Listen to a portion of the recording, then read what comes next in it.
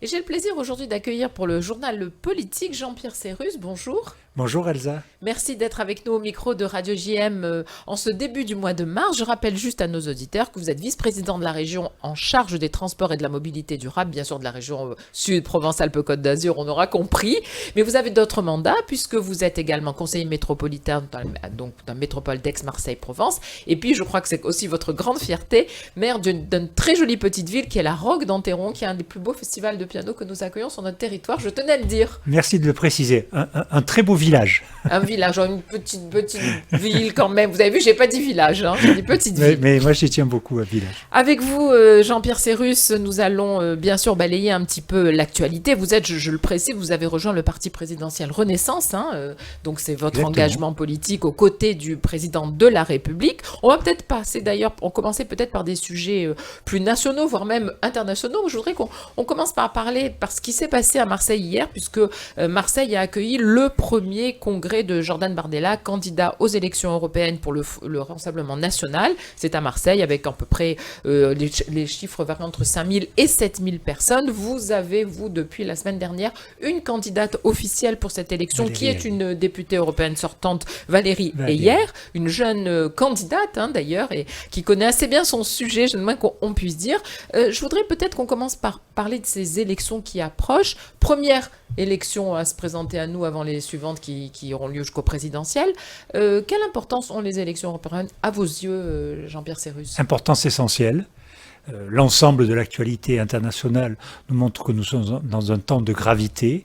Et cette décision que chacun des électeurs français et européens va prendre au mois de juin pour cette élection européenne est essentielle. Ici en France, le combat est lancé.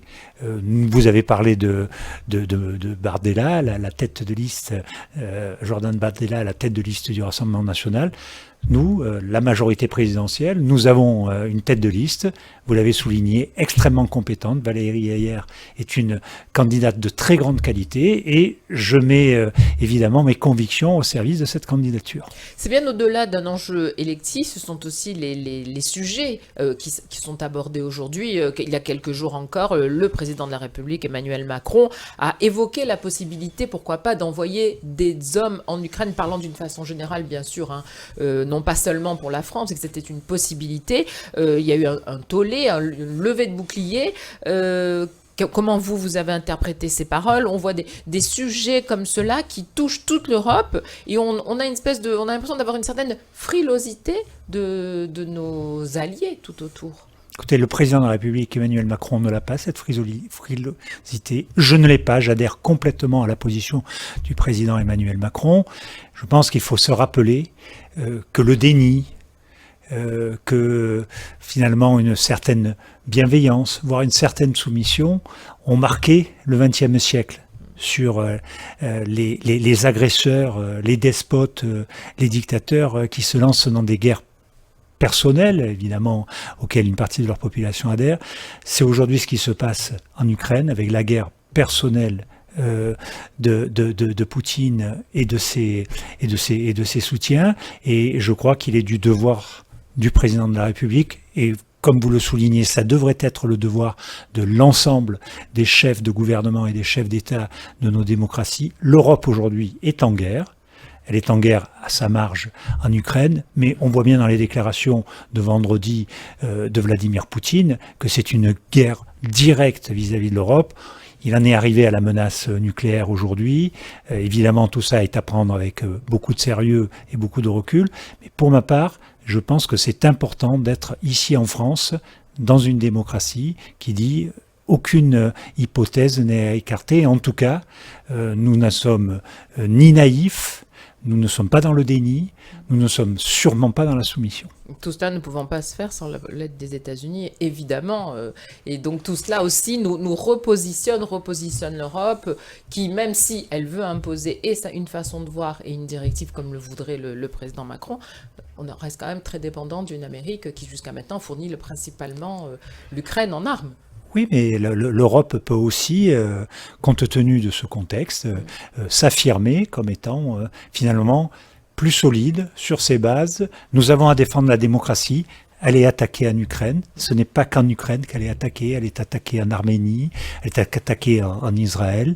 Et moi, je pense que la voix de la France, la voix de l'Europe, même si ce sont des sujets qui dépassent un peu mes mandats d'élu local et régional. On n'est pas hermétique à ces sujets. Mais je crois qu'au-delà des compétences que nous avons à exercer dans le cadre de nos mandats, nous avons aussi à dire nos convictions et également à alimenter le débat. Moi, je pense qu'aujourd'hui, on peut à la fois plaider pour finalement la qualité de vie dans nos territoires, mais également pour la gravité de la situation. Ce qui va se passer pour les élections européennes, ce qui se passe aujourd'hui sur le plan international, c'est aussi le temps de la gravité. Bien sûr, parce que ça va redonner. Et je me sens très engagé. Changer l'équilibre qui est jusqu'à maintenant au sein de l'Europe. Si, comme on l'entend souvent dans les sondages, une extrême droite européenne prenait le dessus, là, tout l'équilibre serait totalement différent. Enfin, moi, je suis toujours assez fascinée par ces possibilités d'entrer en guerre et d'un autre côté, sur d'autres fronts, de demander un cessez-le-feu qui n'a pas de sens.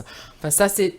Je fais rarement des remarques personnelles, mais en tout cas, c'est quelque chose que je trouve à dire, cette demande de cessez-le-feu on entend si souvent du côté demander à Israël, alors qu'Israël se défend d'une attaque terroriste.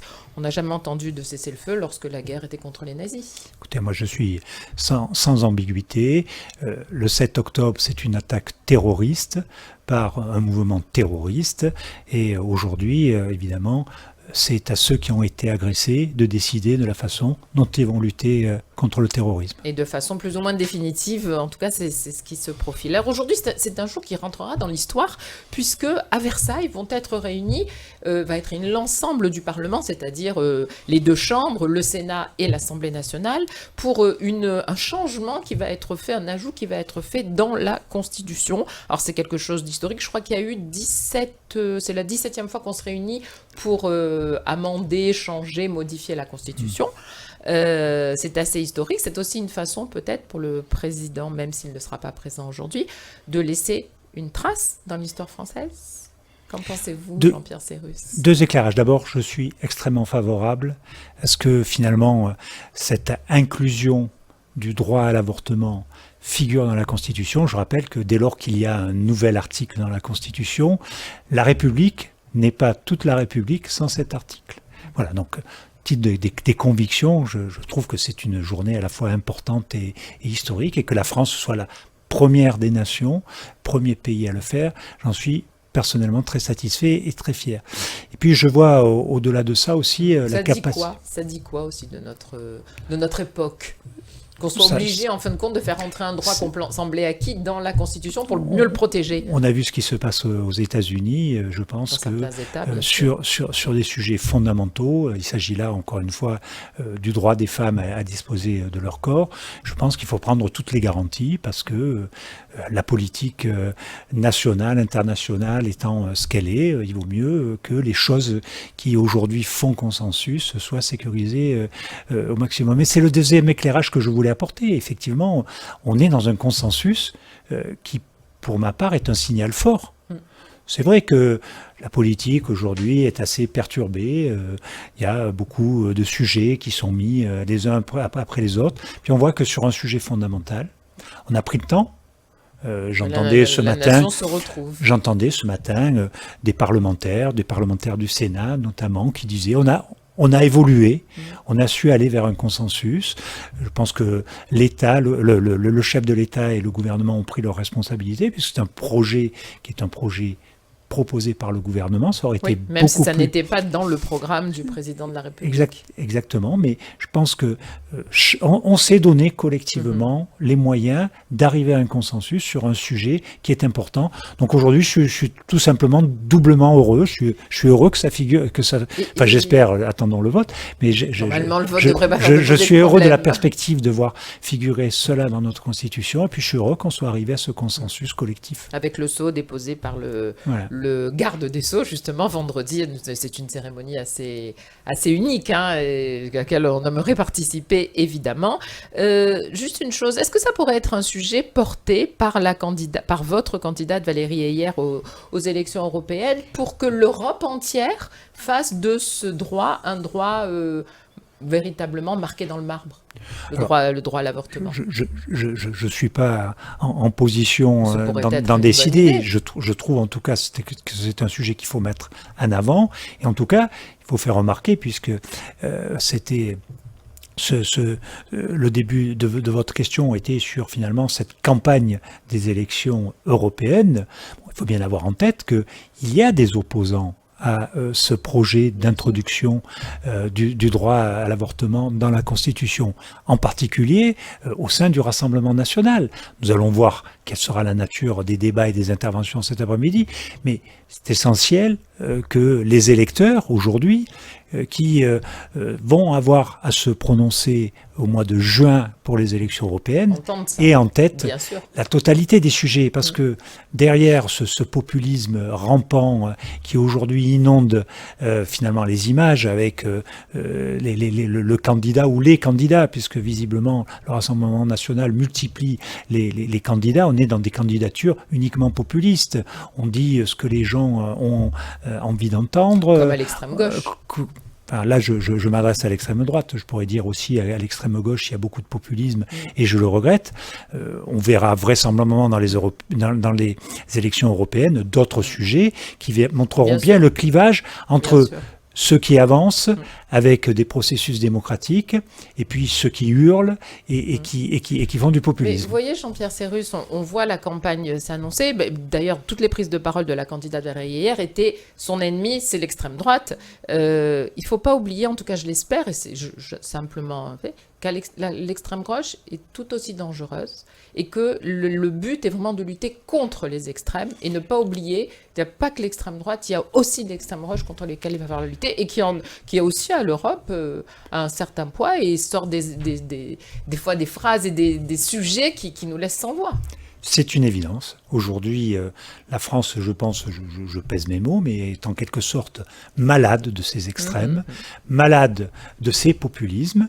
Vous avez raison, le républicain et démocrate que je suis est tout à fait attaché à les combattre l'un comme l'autre. Absolument. Allez, on va revenir sur des sujets un petit peu plus locaux, ne serait-ce déjà parce qu'on a une transition qui se fait puisque le président du Sénat est venu vendredi à Marseille. Vous voyez, on lâche pas trop le Parlement. Gérard Larcher était donc en préfecture des Bouches-du-Rhône ce vendredi. Vous l'avez bien évidemment rencontré.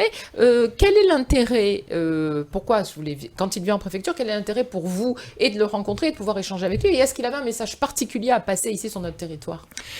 Alors, il avait plusieurs messages et je pense qu'il s'est largement exprimé. Moi, je vois deux intérêts. D'abord, un intérêt sur la forme.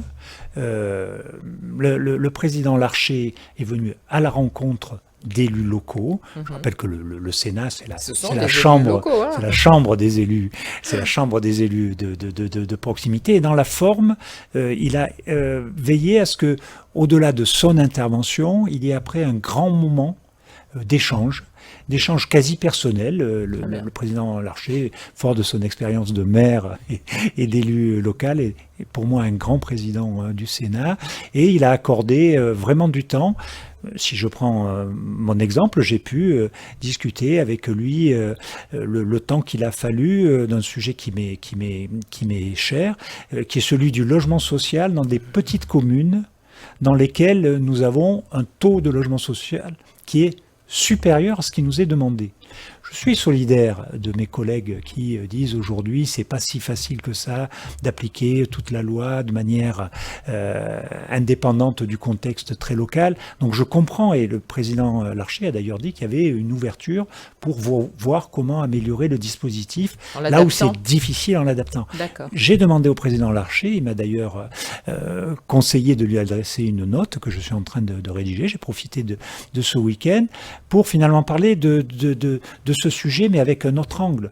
Moi, dans ma commune, la Roque d'Enterron, très connue pour le festival de piano, nous avons 32% de logements sociaux. Comme nous avons moins de 10 000, simplement 5 600 habitants exactement, nous n'avons pas accès à des dispositifs de politique de la ville, d'aide particulière pour accompagner les populations. Donc on voit bien ce qui se dessine. Peut-être voir comment s'organise le logement social sur des territoires un peu plus larges que simplement la commune.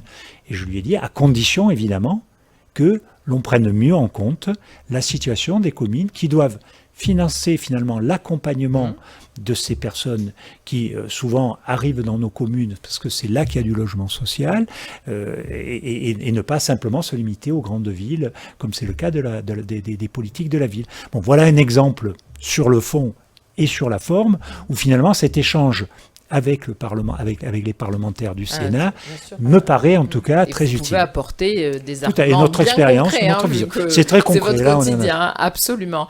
C'est extrêmement important. Et comme vous venez de le dire, beaucoup de gens qui ont demandé des logements sociaux se retrouvent peut-être un peu plus éloignés de la ville où ils travaillent, etc. Ce qui en vient directement à parler du transport, de la mobilité. Je vous vois arriver. Vous avez vu, voilà, directement. On va parler un petit peu de mobilité. Et c'était aussi vendredi dernier, il me semble que vous avez représenté Renaud Muselier auprès du préfet, du député Jean-Marc Zulessi pour la réunion régionale des lancements de 4 projets qui sont des projets de services express régionaux métropolitains qu'on appelle le SERM. Je voudrais que vous expliquiez à nos auditeurs, au-delà de l'acronyme, de quoi il s'agit et pourquoi ces projets sont extrêmement importants pour nos territoires, pour qu'ils puissent respirer et connaître enfin cette mobilité tant attendue. En fait, ce sont en fait des projets très simples. C'est d'aller plus vite pour que tout ce qui est organisé en matière de transport, aussi bien par la région, avec les trains régionaux, les autocars régionaux, et par les autres autorités, ici à Marseille, la métropole, Aix-Marseille-Provence, tout ce qui est organisé soit plus facile à utiliser et mieux coordonné. C'est ça. Aujourd'hui, la loi d'organisation des déplacements et des transports, la loi d'orientation des mobilités, la loi LOM, a fixé un nouveau cadre où non seulement les compétences des uns et des autres sont réaffirmées, mais surtout, on se donne plus de moyens pour mieux travailler ensemble. Très concrètement, et je pense surtout aux 5 millions d'habitants de la région Provence-Alpes-Côte d'Azur, qui, pour beaucoup, ont envie de laisser leur voiture qu'ils utilisent généralement tout seuls et évidemment enfourcher le train, l'autocar, le covoiturage, le vélo, etc., etc. Aujourd'hui, on voit bien que les choses progressent, mais il manque de la facilité d'usage. Il manque, par exemple, qu'avec un titre de transport, on puisse se passer de ce qui est régional à ce qui est métropolitain, qu'on puisse, avec son smartphone, avoir l'information de tous les moyens de transport et pas simplement de ceux de la région. Oui, de ne pas avoir une appli pour chacun, en fait, d'avoir une appli. Donc voilà, il faut que dans les toutes prochaines années, au travers des SERM, nous allions vers cette facilité, en ne pas oubliant quand même quelque chose qui est essentiel, c'est qu'on a aussi à intervenir sur les infrastructures et sur les services. Si on veut ce qu'on appelle du report modal, que de plus en plus de nos concitoyens laissent la voiture et utilisent tous ces systèmes qui sont vertueux pour la qualité de vie, pour la transition écologique, etc., il faut aussi qu'il y ait plus d'infrastructures, plus en matière ferroviaire. Entre chaque moyen de transport. Et plus de liens et plus de services pour que tout ça fonctionne mieux. Et ensemble, voilà. Bien sûr. Donc c'est ce que nous avons lancé. Alors, il n'y a pas un grand soir des services express régionaux métropolitains. Moi, depuis 2016, d'abord à la métropole et puis maintenant à la région, j'ai en charge ces sujets. Nous avons commencé, nous avons multiplié les choses. Les TER déjà, oui, mais c'est un gros sujet. Les choses progressent. Nous avions 200... Comment ça se passe chez vous si on va à la Roque d'Enterron ? Si de la Roque d'Enterron, je veux venir travailler à Marseille, c'est facile, c'est simple. Alors je vous réponds tout de suite et puis je reviendrai quand même sur les trains. Ici à la Roque d'Enterron, eh bien, nous avons des lignes d'autocars qui circulent très régulièrement, soit vers Aix-en-Provence, soit vers Salon. Et lorsqu'on arrive à Aix ou à Salon, on prend soit des trains, soit d'autres lignes d'autocars pour aller sur le territoire. Qui fait la Roque d'Enterron-Marseille. Non, il y avait une vieille ligne dans le temps qui reliait, mais on était avant les années 60, qui reliait Lamanon à Mérargues, une ligne de train. Celle-ci a été fermée.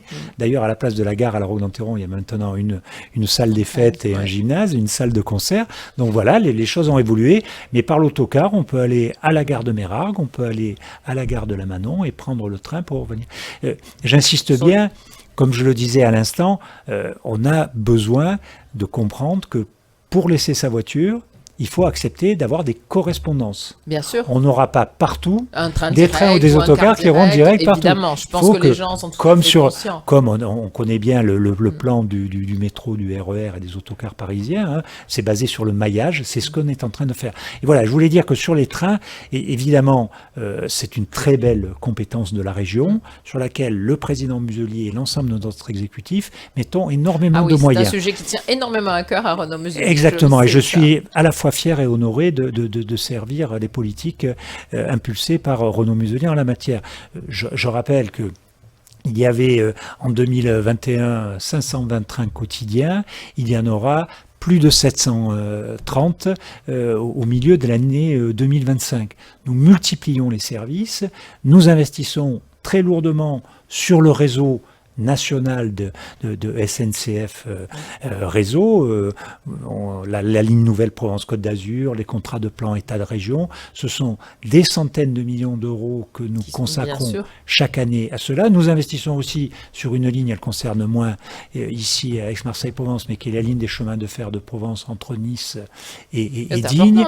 Nous investissons. C'est jamais assez vite. Ouais. Parce que l'usager... C'est jamais assez vite. C'est jamais assez vite. On sait qu'il y a une véritable volonté. Mais très objectivement, nous faisons des bilans régulièrement. Les choses progressent et en tout cas, moi je n'ai qu'une ambition, c'est que ce soit les usagers qui le ressentent le plus rapidement possible. Est-ce qu'il y a un projet pour tous ces transports, ce qu'on appellera donc les moyens de transport multimodaux, un projet autour de l'aéroport? Parce que ça reste quand même si on n'a pas, il faut le dire, un aéroport international, c'est pas Nice.